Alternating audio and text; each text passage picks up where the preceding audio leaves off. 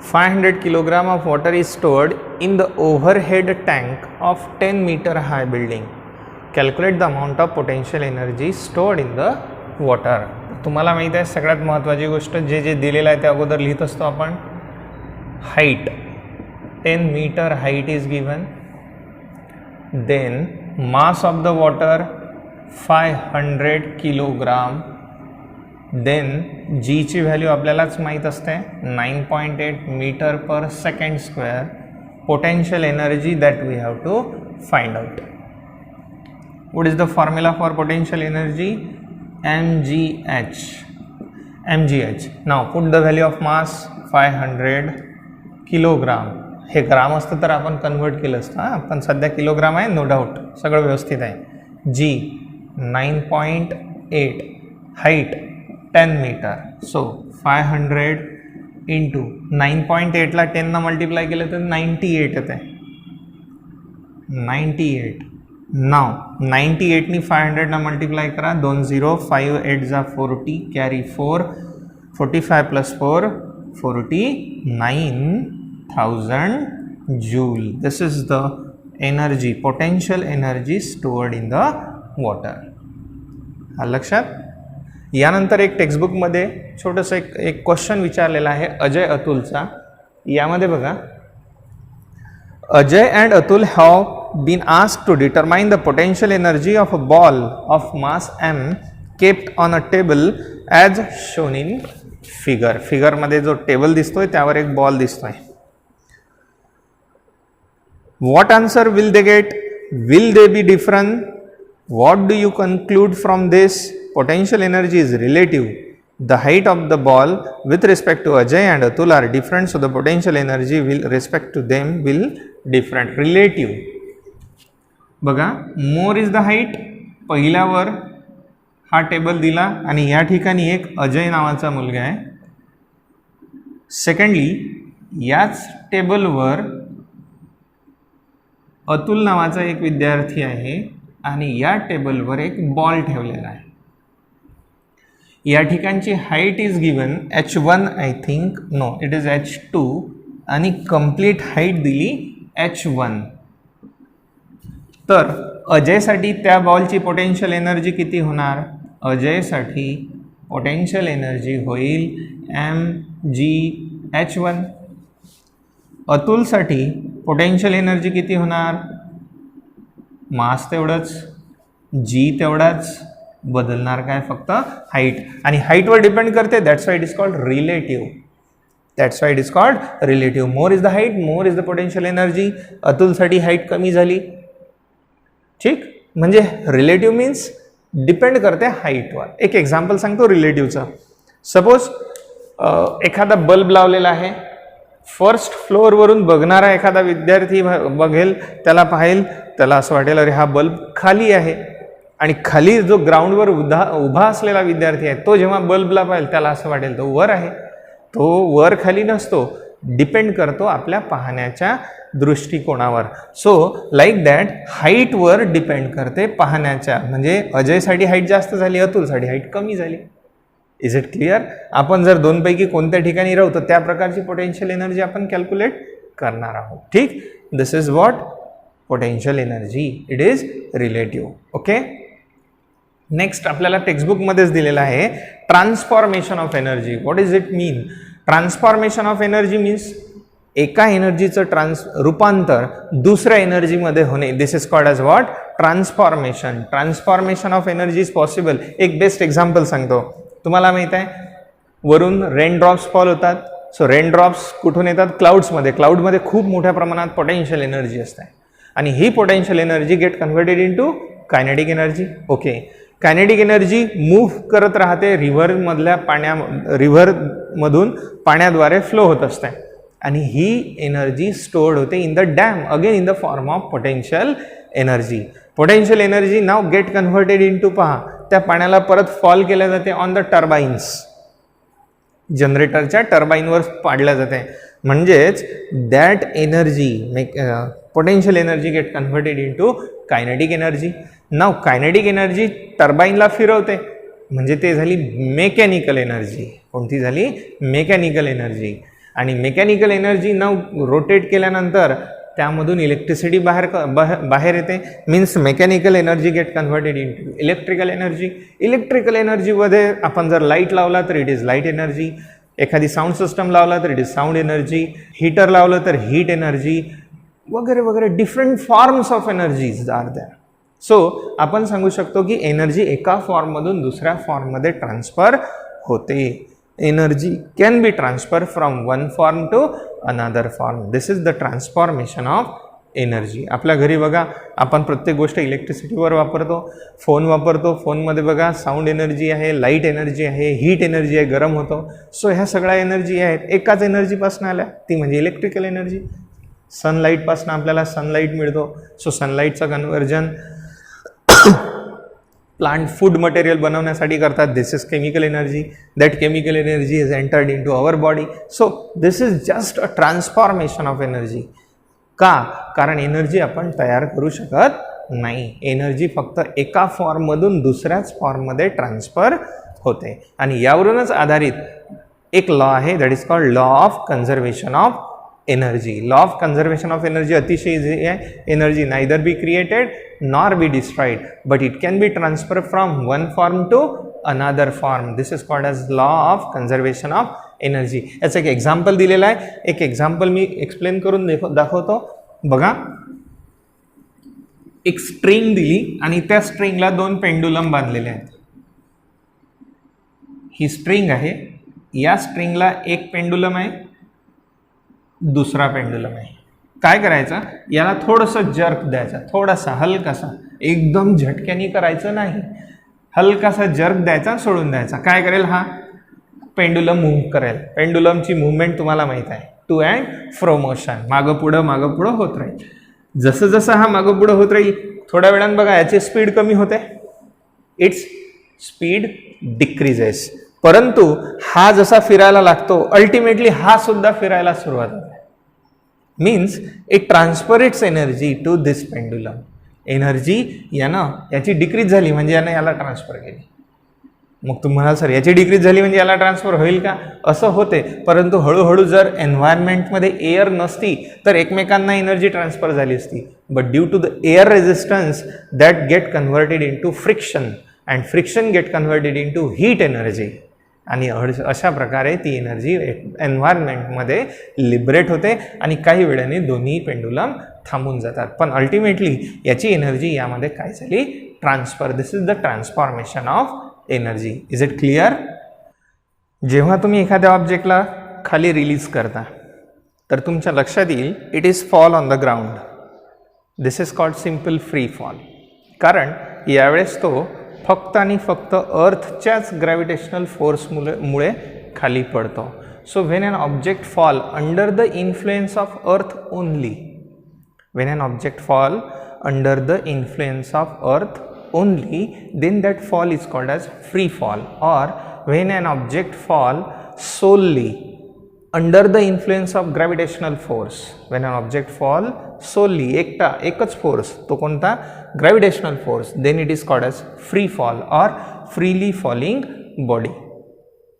Freely falling body खरंच तसं सांगायचं झालं तर can be possible only in space. कारण इथं जर तुम्ही फॉल केला तर काय होईल, त्यावर एअर फोर्स लावेल.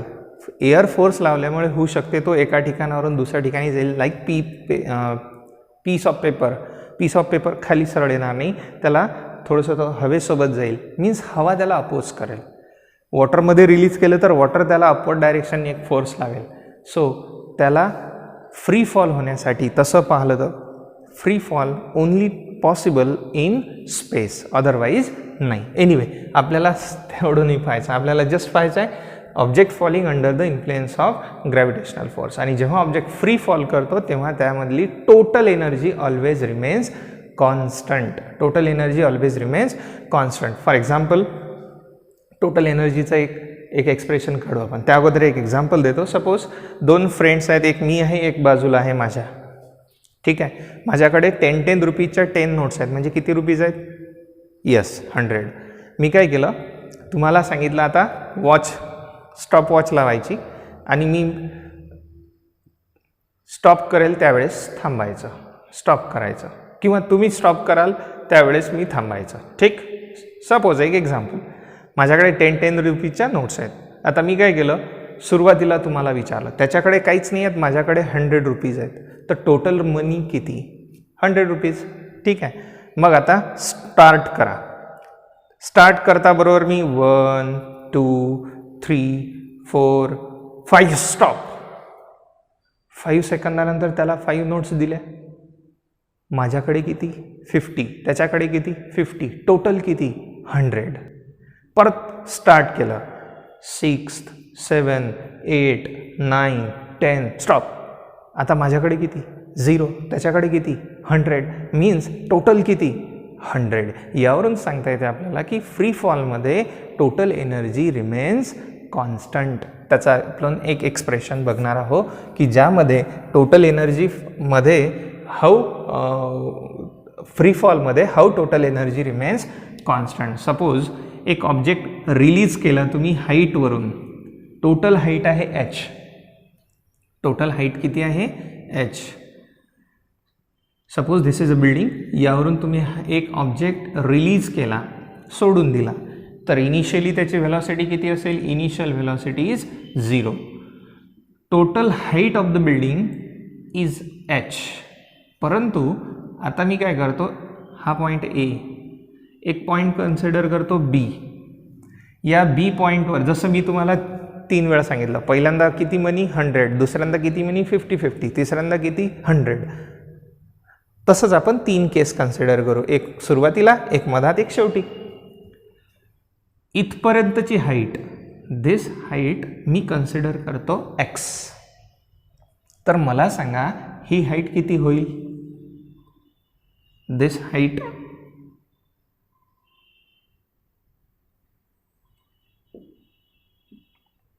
h minus x. Total h आहे ना, तर h मधून x गेला, that is h minus x.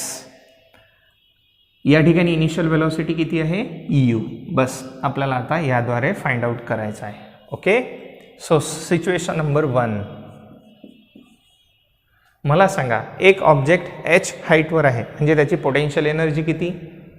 s mgh. So at point काय A, potential energy is equals to mgh. Same kinetic energy सांगा. त्याची हाईट जरी h असली तरी इनिशियली व्हेलॉसिटी 0 आहे. फॉर्म्युला काय असतो? Half mu square, but u is 0, so kinetic energy is 0. So total energy सांगा. Total energy at point A is equals to kinetic energy plus potential energy. Kinetic energy mgh, kinetic energy 0, potential energy mgh. So total energy सुद्धा किती झाली? mgh. पहिल्या पॉईंटवर, A पॉईंटवर at the top position.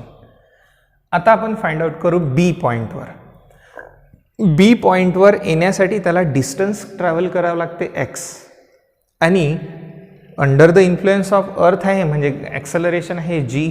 आपल्याकडे डिस्टन्सही आहे, आपल्याकडे ॲक्सेलरेशन पण आहे. So we can find out the velocity. या ठिकाणची आपण वेलॉसिटी फाइंड आउट करू शकतो, कारण आपल्याला या ठिकाणची पोटेन्शियल एनर्जी तर काढता येईल, mg आणि हाईट ही. परंतु कायनेटिक एनर्जीसाठी मास तर m आहे, परंतु वेलॉसिटी माहीत नाही. सो वेलॉसिटी काढण्यासाठी आपण काय करू? याची वेलॉसिटी काढण्यासाठी इक्वेशन ऑफ मोशनचा यूज करू. ठीक. चला सांगा. B at point B. अगोदर आपण पोटेन्शियल एनर्जी काढली, तर B पॉईंटवर पोटेन्शियल एनर्जी पण काढू. पोटेन्शियल एनर्जी काय फॉर्म्युला असतो? mg इंटू हाईट, आणि हाईट किती झाली इथं? h minus x. Correct, h minus x. याला सॉल्व करा. mg आतमध्ये घेऊन जा. mgh minus mgx. नाव कायनेटिक एनर्जी काढण्यासाठी कोणतं इक्वेशन आहे ज्यामध्ये डिस्प्लेसमेंट यूज होते? वेलॉसिटी काढायची आहे. बघा 3 इक्वेशन. पहिला v is equals to u plus at. आपल्याला टाईम माहीत नाही म्हणून इथं t घ्यायचा नाही. Second equation s is equals to ut plus half at square. इथेही t आहे, आपल्याला t माहीत नाही, सोडून द्या. तिसरं equation v square is equal to u square plus 2as. इथं ए ॲक्सलरेशन काय येईल जी, करेक्ट. व्ही आहे का काढायचा आहे, यू माहीत आहे 0, जी आहे, एस एक्स आहे, म्हणजे कोणतं इक्वेशन वापरायचं, third equation. So by third equation of motion, by third equation of motion, सर्वात अगोदर आपण वेलॉसिटी काढू. V square is equal to u square plus 2gs. नाव v square is equal to, u तर 0च आहे, 2gx. So ultimately v square is equal to मिळाला 2gx. ही व्हॅल्यू आपण पुट करू कायनेटिक एनर्जीच्या फॉर्म्युलामध्ये. सो कायनेटिक एनर्जीचा फॉर्म्युला काय येईल बघा. कायनेटिक एनर्जी ॲट पॉईंट बी चालू आहे, equal to half mv square, आणि व्हीची व्हॅल्यू किती आहे 2gx. सो हा येणार हाफ m2gx, 2 सोबत 2 get cancel. So what is it mgx. आता टोटल एनर्जीचा फॉर्म्युला, टोटल एनर्जी सांगा किती येईल, potential energy plus kinetic energy. Potential energy किती आली आपली, potential energy mgh minus mgx, mgh minus mgx plus kinetic energy mgx, mgx, mgx get positive negative get cancel. So total energy is mgh. मला सांगा ए पॉईंटवर energy किती आली mgh, B पॉईंटवर energy किती आली mgh. आता आपण शेवटी बघू लास्टमध्ये, या ठिकाणी कंप्लीट हाईट किती ट्रॅव्हल केली h, कंप्लीट हाईट किती ट्रॅव्हल केली h. म्हणजेच या ठिकाणी पोटेन्शियल एनर्जी 0, पोटेन्शियल एनर्जी किती 0. C at point C potential energy is equals to what, potential energy is 0. आता आपल्याला फाइंड आउट करायचं या ठिकाणची व्हेलॉसिटी. परत कोणतं इक्वेशन यूज करू, इथून रिलीज करायचं इथपर्यंत वापरायचं, आपल्याला इनिशियल व्हेलॉसिटी मिळेल, त्यावरून आपण फायनल व्हेलॉसिटी काढू शकतो. परत by third equation of motion, बघा काय येणार. By third equation of motion v square is equal to u square plus 2gs. S म्हणजे कंप्लीट हाईट, यू म्हणजे 0. So v square is equal to 2gh, 2gh. V स्क्वेअरची value आली, बस हीच kinetic एनर्जीच्या फॉर्म्युलामध्ये पुट करायची. हाफ mv स्क्वेअर, व्ही स्क्वेअरची व्हॅल्यू 2gh पुट करतो. So it is half m into 2gh, 2 सोबत 2 get cancel. So what is the kinetic energy, kinetic energy is mgh. A पॉईंटवर mgh, बी पॉईंटवर mgh, C पॉईंटवर mgh. म्हणजेच free फॉलमध्ये ऑब्जेक्टची total energy always remains constant. या ठिकाणी तुम्ही असं लिहू शकता, total energy at point A mgh, total energy at point B mgh, आणि total energy at point C is also mgh. So this is the expression for free fall. Important आहे, विचारला जाऊ शकते what is free fall, obtain the expression for total energy. So total energy in the free fall always remains constant. Clear? This is free fall. Write down. Power. Next concept. आतापर्यंत आपण work पाहिलं, energy पाहिलं, law of conservation of energy पाहिलं, free fall पाहिलं, आणि last part आहे लेसनचा, that is power. Rate at which the work is done is called as power. Simple. Rate of doing the work असंही म्हटलं तरी चालतंय. Rate at which the work is done. So power is denoted by P and it is given by P is equals to work done upon time. कोणतंही work जेवढंही joule होईल त्याला टाईमनं divide केलं. Rate at which the work is done, rate शब्द आला म्हणजे वर्कला denominator T येणार. So rate at which the work is done is called as what, power. It is denoted by P and its unit is watt. James वॅट्सच्या ऑनरमध्ये watt हे unit दिल्या गेलं. So watt is a unit of काय? Power. तुम्ही आता पॉवरचा meaning काय होतो? जसं एखादे ओल्ड एज पर्सन आहे त्यांना स्टेअरकेस चढवायला सांगा किंवा तुम्ही माझ्यासारख्या लोकांना स्टेअरकेस चढायला सांगा. कोण इझिली चढू शकते? आपण. वाय? कारण आपल्यामध्ये पॉवर जास्त असते. त्यांच्यामधली पॉवर काय झालेली असते? कमी. त्यांना वर्क करावं लागते, वर्क तेवढंच करतात पण टाईम जास्त लागतो. आपण वर्क करतो परंतु आपल्याला टाईम कमी लागतो. सो ज्यांच्यामध्ये टाईम कमी लागतो वर्क करण्यासाठी they are said to be more powerful. ज्यांच्यामध्ये टाईम जास्त लागतो they are said to be less powerful. So power is nothing but a rate at which the work is done किंवा work done upon time. वॅटचं पॉवरचं unit watt दिल्या जाते, परंतु watt कधी कधी छोटं युनिट पडतं आहे. तर मग त्याला मेकॅनिकल एनर्जीमध्ये जेव्हा तुम्ही पाहिलं असेल हॉर्स पॉवर नावाची एक गोष्ट असते. So horsepower is nothing but a power, पण वॅटपेक्षा थोडं मोठं unit. 1 HP is equal to 746 watt. एवढ्या वॅटचं असेल तर त्याला 1 HP म्हणतात. वॉटर पंप्स जे असतात 1 HP, 2 HP, 3 HP, 5 HP, 7 HP अशा HP किंवा मोठमोठ्या इंडस्ट्रीजमधल्या ज्या मशिनरीज असतात त्यांची पॉवर वॅटमध्ये मोजली तर खूप मोठी वाटेल ती. मग इतकं मोठं युनिट मेजर, जसं 1000 ग्राम म्हटल्यापेक्षा आपण काय म्हणतो 1 किलोग्राम, लाईक दॅट. 746 वॅट म्हटल्यापेक्षा त्याला त्यांनी नाव दिलं 1 HP हॉर्स पॉवर. हा कन्सेप्टसुद्धा जेम्स वॅटनीच आणला कारण त्याने सर्वात अगोदर स्टीम इंजिन बनवलं होतं. स्टीम इंजिनचा जर कोणी इन्व्हेंटर असेल तर तो म्हणजे जेम्स वॅट. आणि स्टीम इंजिनमुळे एक प्रकारचं रिव्हॉल्युशन आलं इंडस्ट्रीजमध्ये आणि त्याच्या ऑनरमध्ये त्याने बनवलं म्हणून पॉवरचं युनिट दिलं गेलं वॅट. आपण आपल्या घरी इलेक्ट्रिकल पॉवर वापरतो आणि इलेक्ट्रिकल पॉवर वापरल्यानंतर आपल्याला युनिट्समध्ये रीडिंग मिळते.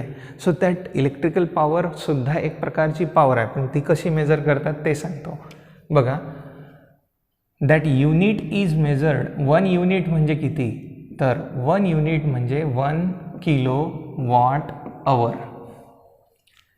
1 kilo watt our means 1 unit. याला तुम्ही जूलमध्ये सुद्धा कन्वर्ट करू शकता. 1 किलो मीन्स 1000. ठीक. 1 किलो वॅट इंटू अवर म्हणजे किती? 3600 सेकंड. हे वॅट आणि हे second, it's a joule.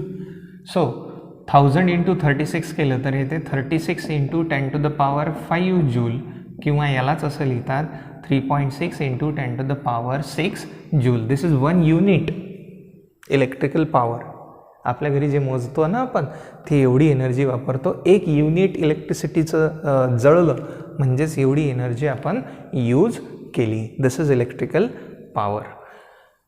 Simple. ठीक. 746 वॅट नंतर मग आणखी आहेत मेगावॅट, गिगावॅट, थोडे मोठे युनिट्स आहेत. हे इलेक्ट्रिकल पॉवरचं युनिट हे मेकॅनिकल पॉवरमध्ये यूज केल्या जाते. दिस इज व्हॉट पॉवर.